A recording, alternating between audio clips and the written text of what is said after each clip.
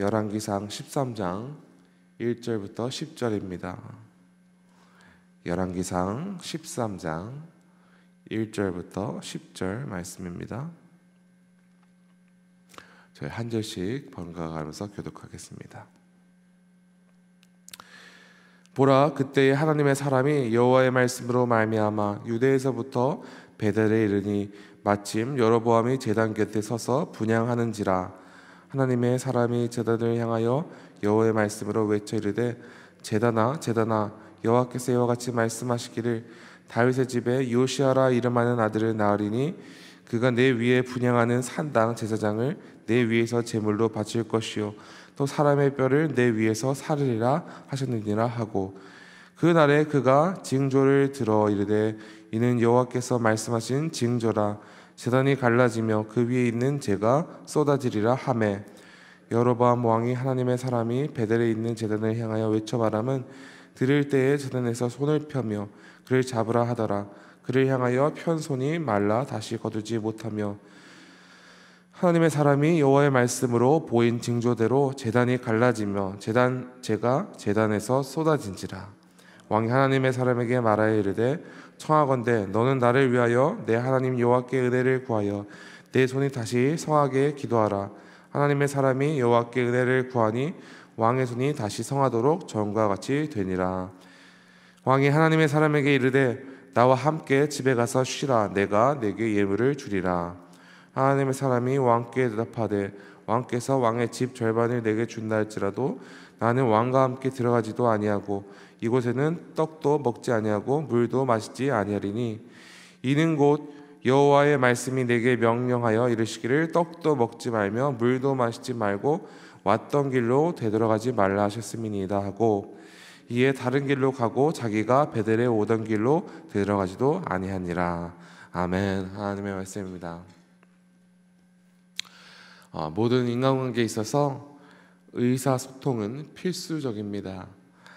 국어사전에서 소통이라는 단어를 찾아보니 서로 통하여 오해가 없는 것이라고 나와 있습니다.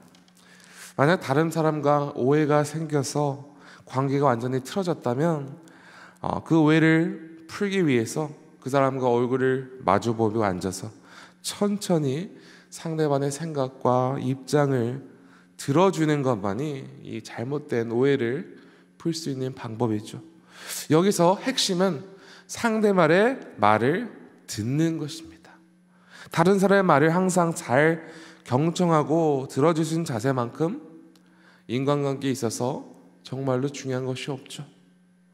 그런데 믿음 생활에서도 이 동일한 법칙이 동일하게 적용이 됩니다.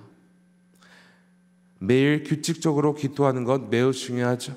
하지만 우리가 기도할 때 자신의 고민과 간구들만 일방적으로 하나님께 아뢰는 경우가 많습니다.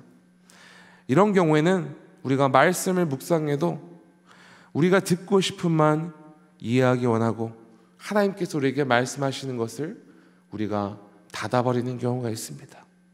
그러나 진정으로 하나님과 매일 동행하는 삶이란 하나님의 진리의 말씀에 온 마음을 다해 우리의 마음의 귀를 기울일 뿐 아니라 그 말씀에 온전히 순종하는 삶입니다.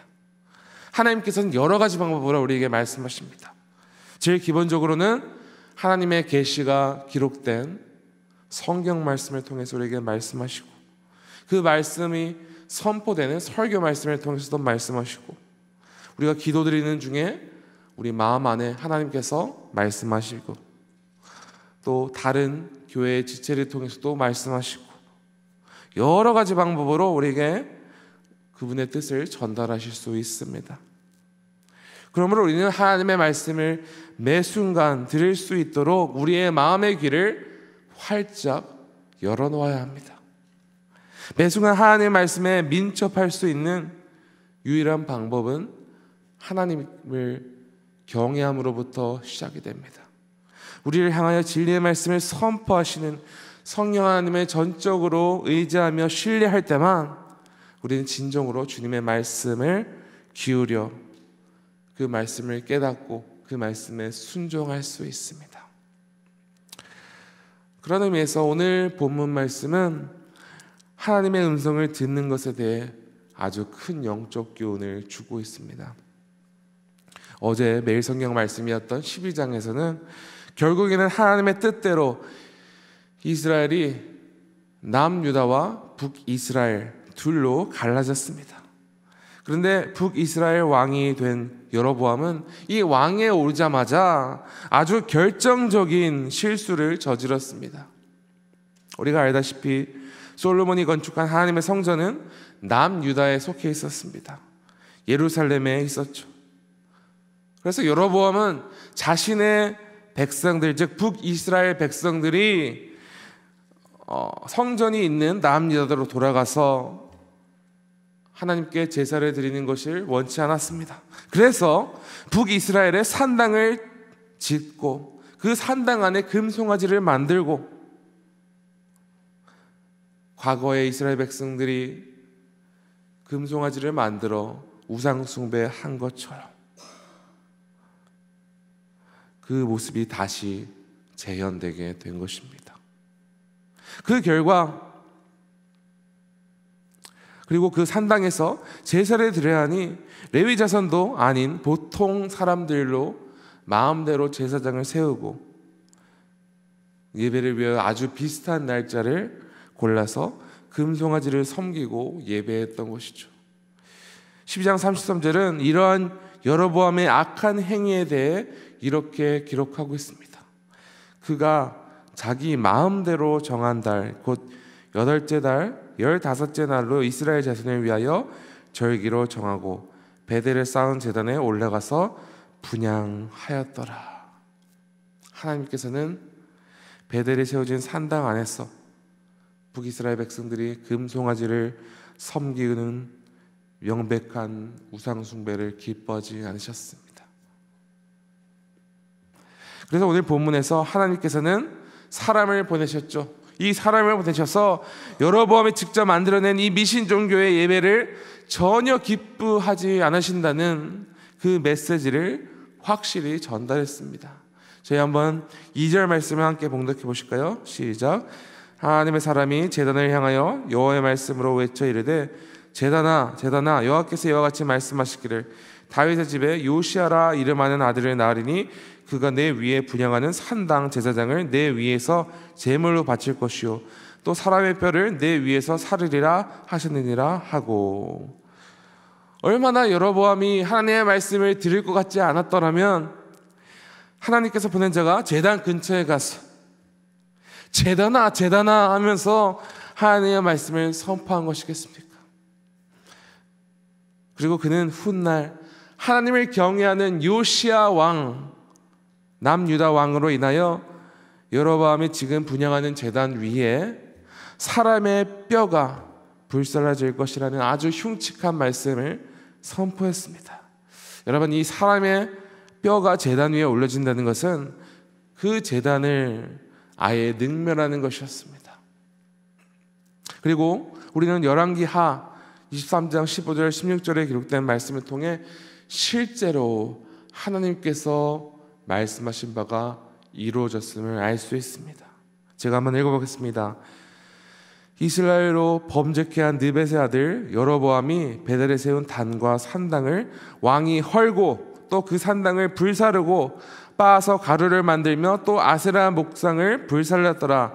요시아가 몸을 돌이켜 산에 있는 묘실들을 보고 보내어 그 묘실에서 해골을 치워다가 단 위에 불살라 그 단을 더럽게 하니라. 이 일을 하나님의 사람이 전하였더니 그 전한 여호와의 말씀대로 되었더라. 주의 말씀대로 다 이루어졌습니다. 남유다 요시아 왕이 모든 산당들과 우상들을 부시는 과정에서 여로보암이 베델에 세운 단과 산당도 완전히 헐어버진 것입니다. 그리고 여로보암이 세운 제단에 실제로 해골을 불살라 없애는 그 제단의 효력이 하나님으로 인하여 전적으로 부정되었음을 상징하였습니다. 그리고 오늘 본문 3절에서는 하나님의 사람은 만약 그가 선포하는 하나님의 말씀이 사실이라면 눈에 보이는 제단이 갈라지고 그 위에 재가 쏟아지리라 말씀하였습니다. 여러분, 그런데 이와 같은 경고를 들은 여로보암은 어떻게 반응했습니까? 그가 손을 뻗어 그 선지자를 잡으려고 지시하다가 하나님께서 그의 내면판을 완전히 마비시켜서 굳어버리게 하셨다고 하였습니다. 그리고 하나님의 사람이 말한 바와 같이 제단이 갈라지고 모든 재가 땅에 쏟아졌습니다.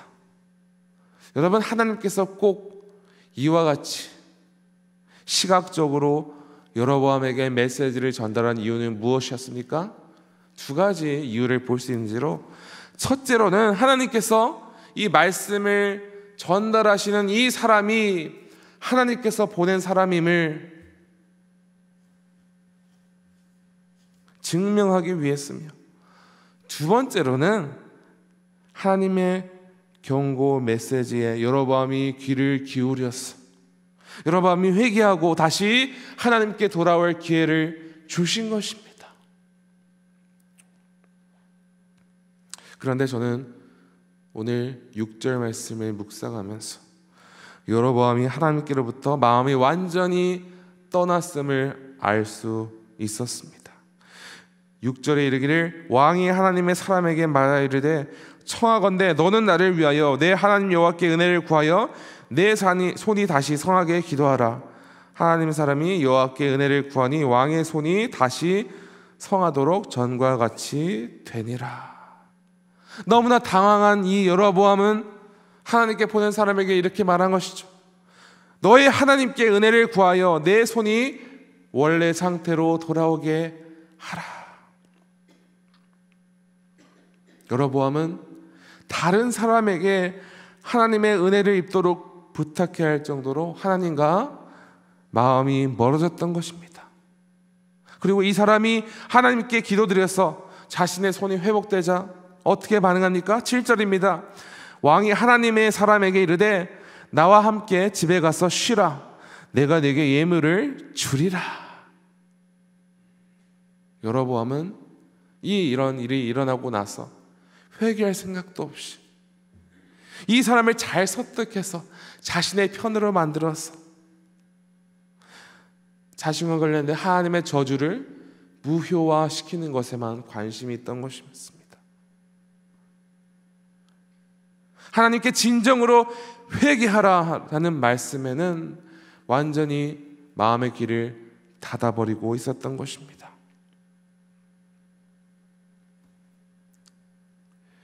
예수님께서는 기회가 있을 때마다 제자들에게 또 무리들에게 이렇게 말씀하셨습니다. 들을 귀 있는 자들은 들을지어다. 우리는 잘 들어야 하나님 말씀을 제대로 들을 수 있습니다. 제대로 듣는 귀가 있어야 하나님의 경고와 더불어 매 순간 우리에게 필요한 말씀을 받을 수 있습니다.